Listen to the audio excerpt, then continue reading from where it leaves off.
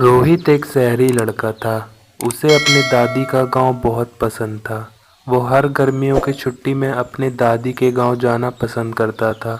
इस बार भी वो अपने दादी के गांव जाने के लिए तैयारी शुरू कर देता है। खूब सारे कपड़े ले जाता हूँ। सारी छुट्टियाँ दादी के यहाँ रहकर आऊँगा।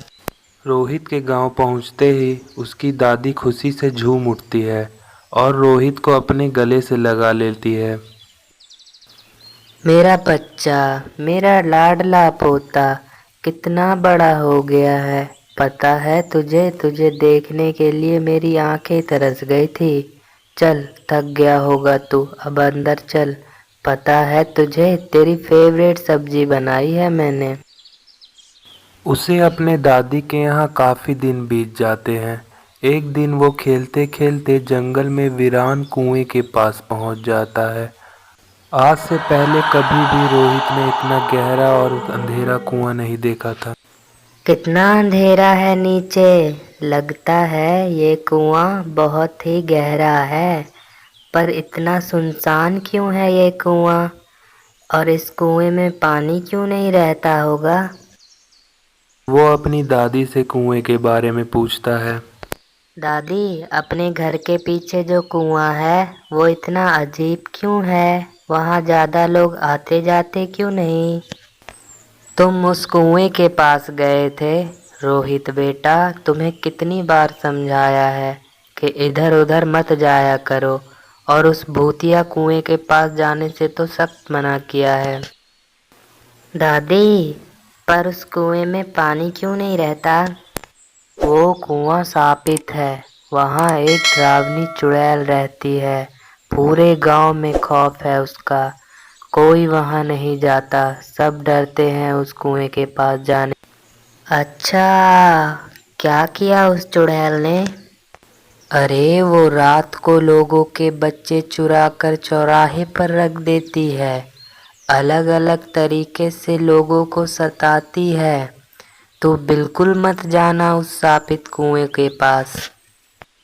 वो पूरी रात उस चुड़ैल के बारे में सोचता रहता है। अगले दिन वो जब अपनी दोस्त के साथ खेलने जाता है तो उसे उसकी दोस्त चुड़ैल के बारे में बताती है। रोहित, क्या तुम्हें पता है उस शापित कुएं के बारे में? हाँ, थोड़ा बहुत, पर दादी ने वहां जाने से मना किया है। लोग कहते हैं वहाँ एक चुड़ैल रहती है, डरावनी चुड़ैल। तुम जानते हो उसके बारे में? हाँ, मेरे पापा ने तो उस चुड़ैल को देखी भी है। वो पूरे गांव में घूमती है अमावस्या की रात को। उस रात गांव में कोई बाहर नहीं निकलता, सब डरते हैं। रोहित कुछ नहीं कहता, पर उसके मन में बहुत सारे सवाल उठ रहे थे। वो उस कुएं के बारे में और भी जानना चाहता था, पर उसकी ने वहां जाने से उसको मना किया था। रात को जब दादी और पूरे गांव वाले सो जाते हैं, जब चुपके से रोहित घर से बाहर निकल जाता है और उस कुएं के पास पहुंच जाता और कुएं के अंदर झांकता है। उसे अंधेरे के कारण कुछ दिखाई नहीं देता। अचानक से रोहित कुएं के अंदर धड़ाम से गिर जाता है और बेहोश हो जाता है। जब उसकी आंख खुलती है तो वो देखता है उसके सामने खुले बालों वाली और लंबे नाखून वाली चुड़ैल बैठी होती है। डर से उसके मुंह से आवाज भी नहीं निकलता। कौन हो तुम? मुझे जाने दो। मुझसे गलती हो गई, मुझे जाने दो। मैं लक्ष्मी कई सालों से इस कुएं में कैद हूँ। कई सालों से इसी आशा में हूँ कि आखिर कोई कोई तो होगा जो मुझे इस कैद से आजाद कराएगा और मुझे इंसाफ भी दिलाएगा।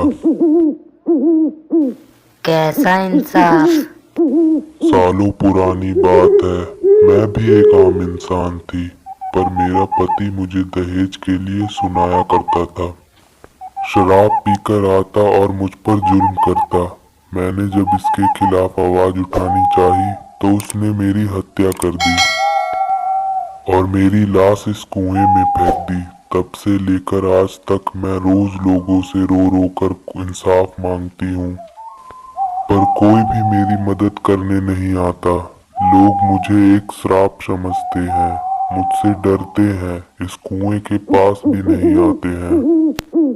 तुमने कभी किसी से कहा क्यों नहीं? तुम्हारे पास तो शक्तियां हैं ना, तो तुम सारी सच्चाई लोगों के सामने ला सकती हो, तो ऐसा क्यों नहीं करती हो? हाँ, पर लोग मेरी बात ही नहीं सुनना चाहते। सब मुझसे डरते हैं, उन्हें लगता है कि मैं बहुत बुरी हूँ, इसलिए। अगर तुम अच्छी हो तो गांव में इतने हादसे क्यों होते हैं? वो सब हादसे कौन कर रहा है, बताओ। शायद इस गांव में कोई दूसरी चुड़ैल है जो मुझे बदनाम करना चाहती है। हो सकता है कि ये सब वही कर रही हो। मुझे ज्यादा कुछ नहीं पता। मैं इस कुएं से बाहर नहीं निकल पाती, तो मैं उसके बारे में कैसे पता लगा सकती हूँ, बताओ। तुम चिंता मत करो, मैं जरूर पता लगा लूंगा कि आखिर ये सब कौन कर रहा है। रोहित चुड़ैल की पीड़ा समझता है और मन में ठान लेता है कि उसे इंसाफ दिलाएगा, और चुड़ैल को भी भरोसा दिलाता है कि वो उसको इंसाफ दिलाएगा। और लक्ष्मी रोहित को बाहर जाने देती है। रोहित गांव वालों को कुएं का रहस्य बताता है, पर कोई भी गांव वाला उसकी बात पर विश्वास नहीं करता। अरे अरे, अब हम इस शहर के आए हुए लड़के की बातों पर यकीन करेंगे? मुझे अच्छे से पता है उस शापित कुएं की सच्चाई। हमारे गांव का बहुत नुकसान किया है उस चुड़ैल ने। अमावस्या के दिन सब लोगों को डराती है, कोई नहीं बाहर निकलता उस दिन। ऐसा कैसे हो सकता है? वो तो लाचार है, वो भला गलत काम क्यों करेगी? अच्छा, तो गांव में ये सब घटनाएं क्यों होती हैं? कोई जवाब है तुम्हारे पास?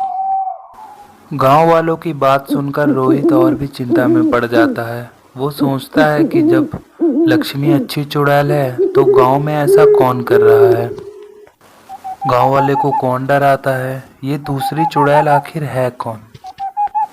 रोहित अमावस्या की रात को जब सब सो जाते हैं तो सच का पता निकालने के लिए बाहर निकलता है, पर तभी उसकी नज़र अचानक सड़क पर चलते हुए एक सफ़ेद कपड़े पहने हुए चुड़ैल पर पड़ती है। रोहित बहुत डर जाता है पर हार नहीं मानता। रोहित उस चुड़ैल के पीछे पीछे जाता है और वो देखता है कि चुड़ैल लक्ष्मी के पति के घर जा रही है, और वो भी जाकर देखता है। चुड़ैल के घर में घुसते ही शुभम खिड़की से बाहर से देखता है। अंदर से किसी आदमी की आवाज़ आती है। हा हा हा हा हा हा। आज तो गांव वालों का डर डर के हालत खराब हो जाएगा।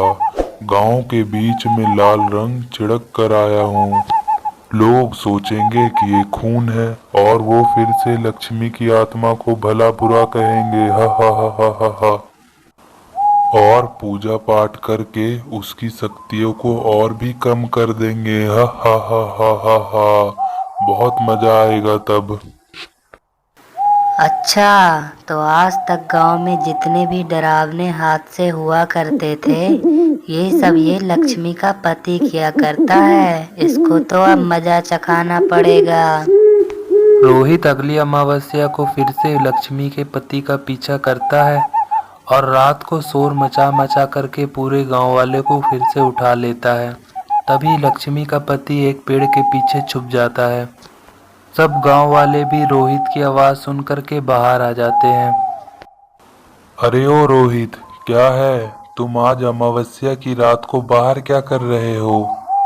तुमने पूरे गांव में शोर क्यों मचा रखा है? अरे वो चुड़ैल यहीं कहीं होगी। हाँ हाँ, मिलना चाहेंगे अपनी चुड़ैल से। तभी रोहित लक्ष्मी के पति को पेड़ के पीछे से पकड़ कर लाता है। अच्छा, तो ये सब इस सुरेश का किया धरा है। अरे तू इतने सालों से हम सबको धोखा देते हुए आया है। इसे तो चौराहे पर फांसी दे देनी चाहिए। हमारी नाक के नीचे इतने गंदे काम कर रहा था। यही नहीं, ये अपनी पत्नी का हत्यारा खुद है। दहेज के लिए इसने उस पर जुल्म किए और उसकी हत्या भी कर दी।